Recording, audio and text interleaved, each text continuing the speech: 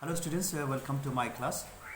Today I will be talking about the women Bhakti saints. Yesterday I have already talked about Adi Sankaracharya, then Ramanuja, Mahavacharya, then again we have Virasaivas, and Bhakti saints of Maharashtra even we have discussed. Then again we have discussed about the northern side, especially the northern religious development. That is about Ramananda, then Ravidas, Chaitanya. We have already talked about, and Tulsidas. Okay, so today let us talk about the women Bhakti saints. Women Bhakti saints. See, along with the men, in fact, the women also came out, and then they also performed very well, and they work hard to make the women organizations, and to that women also is a possibility of becoming the saints. So these are the few things that they focus during this time along with the male saints. So here women Bhakti saints, who are the people, and how they have actually taken the this particular lead to happen. Okay, so let us know now.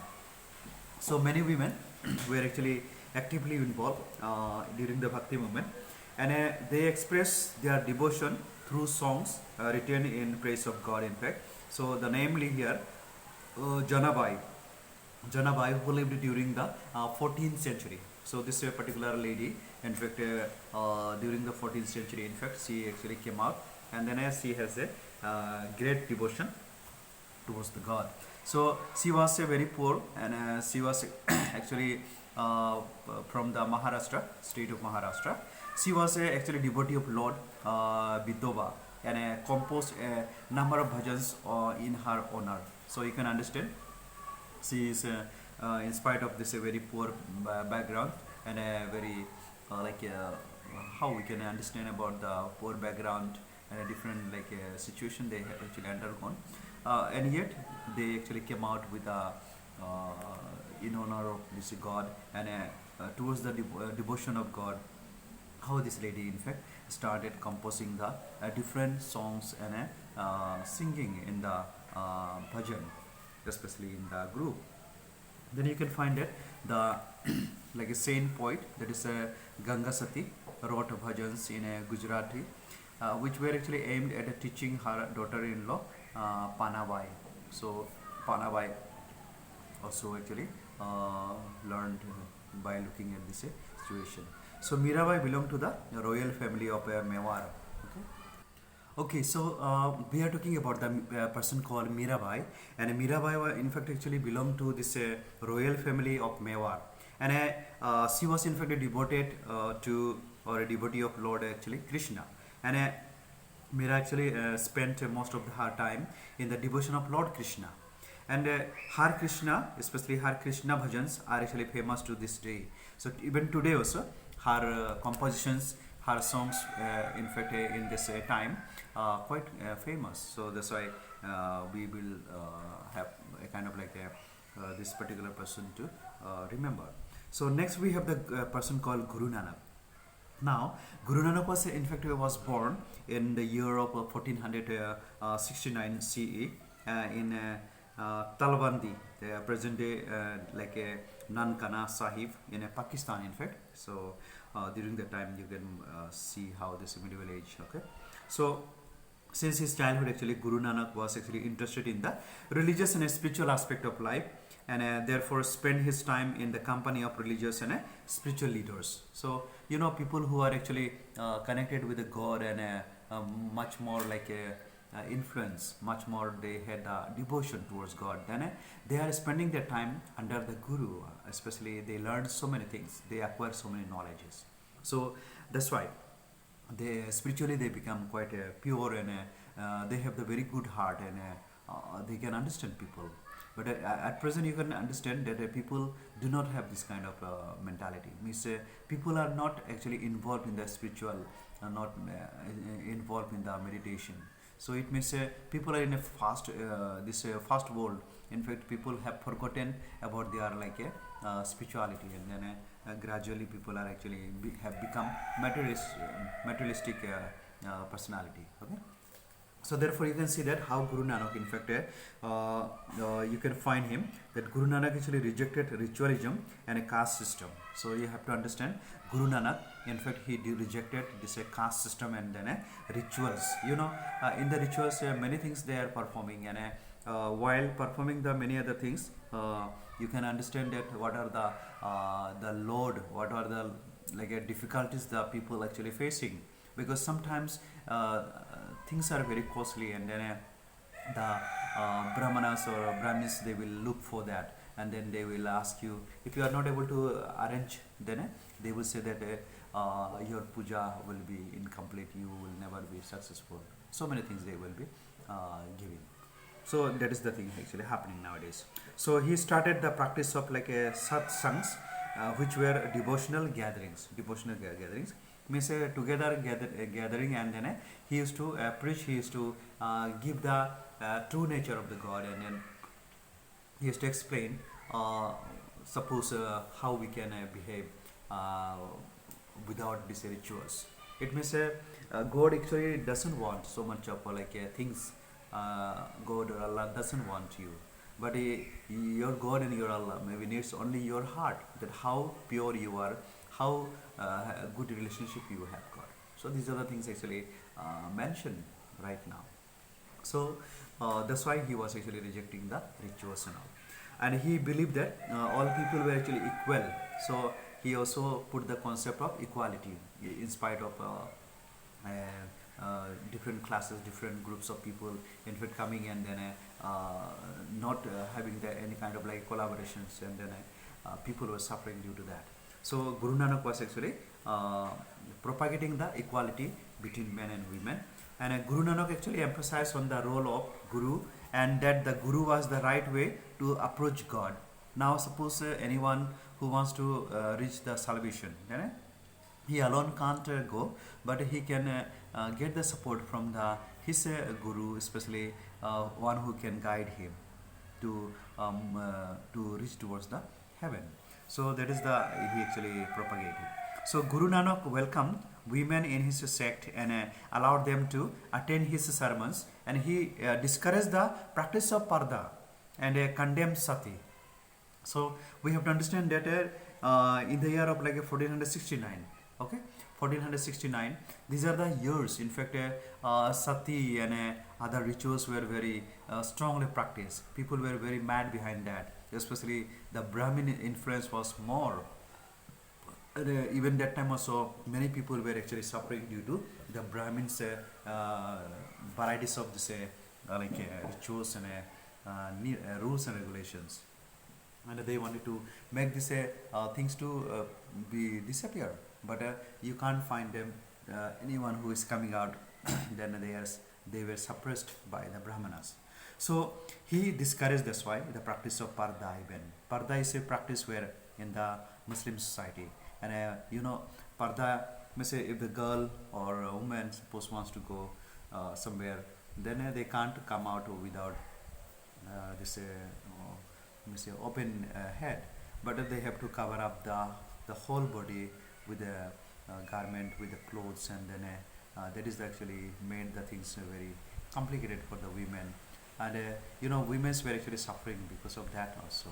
So today you can see that a very simple way of people are living, even the Islam, in our Islam religion also, many women are not wearing such kind of things and all, in spite of so much restriction, and that is actually the things are happening today. It means people has got sometime wrong idea, always think of negative about the own family members, and due to that, you will make the suffer your wife, your children, to do that. So therefore we have to understand the situation, we have to understand the difficulties, we have to understand that if a woman whole day, suppose she has to travel, she has to do the job, then how long she will cover up her whole body, whole this face. That is actually a problem. So that's why here even Guru Nanak also was actually against it, and then he also condemned, he also discouraged people. So another thing is the sati. Sati was one of the evils actually existed at that time, and many of the places, especially in Bengal, especially in Bengal and many parts of this India even, this sati was practiced, and sati was actually the really social evil for everyone else. Okay, so that is also he actually condemned. And Guru Nanak's teachings laid the foundation of Sikhism, and he was the first of the 10 Sikh gurus. Okay, he was the first one that he actually we can call him. He is the founder of Sikhism. So the terms, the word Sikh means the disciples. Okay, Sikh means disciples. So it is derived from the Sanskrit word Shishya. Shishya means the disciple.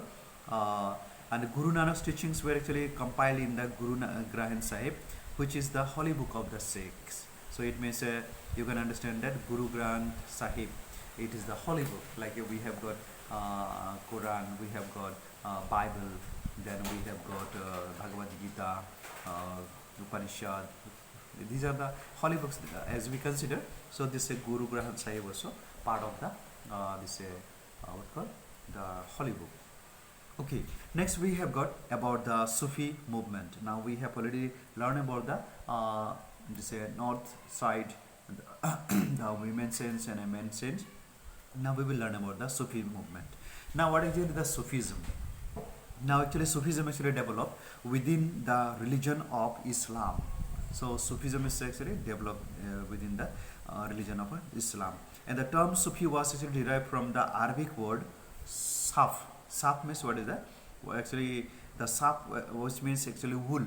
So here this is not giving the meaning. Here Saf means, and some other scholars or other philosophers in fact they have given the meaning about the Sufi or the Saf originated from the word Safa, means purity.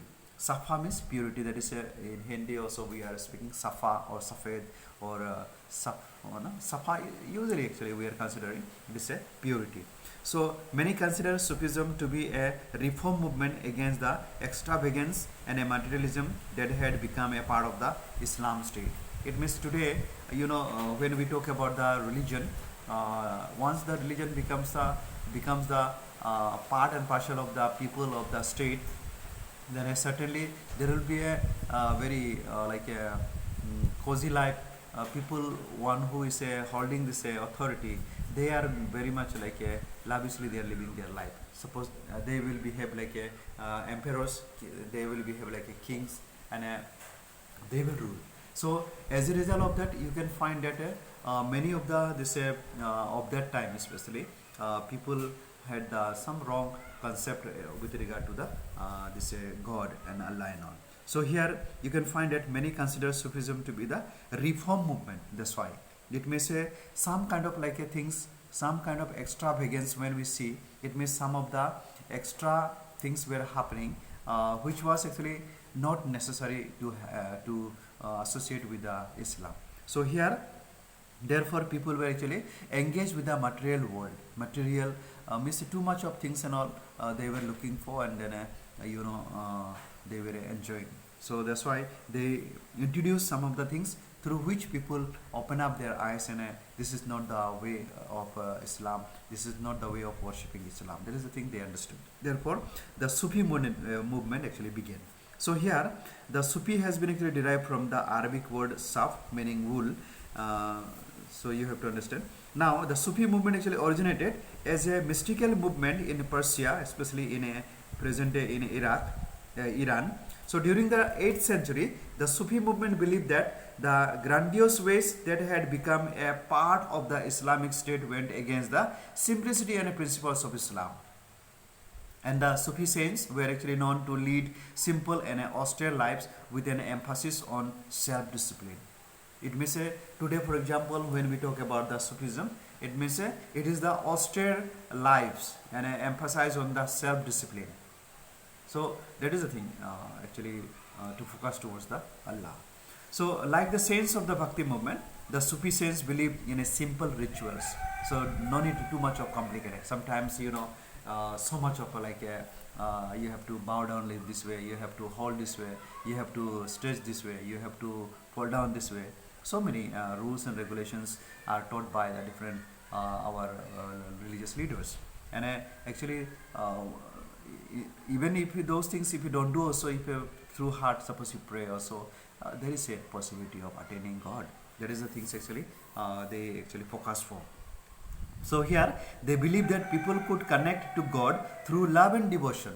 So no need too much of like a gesture, too much of like a exercises, too much of prayers.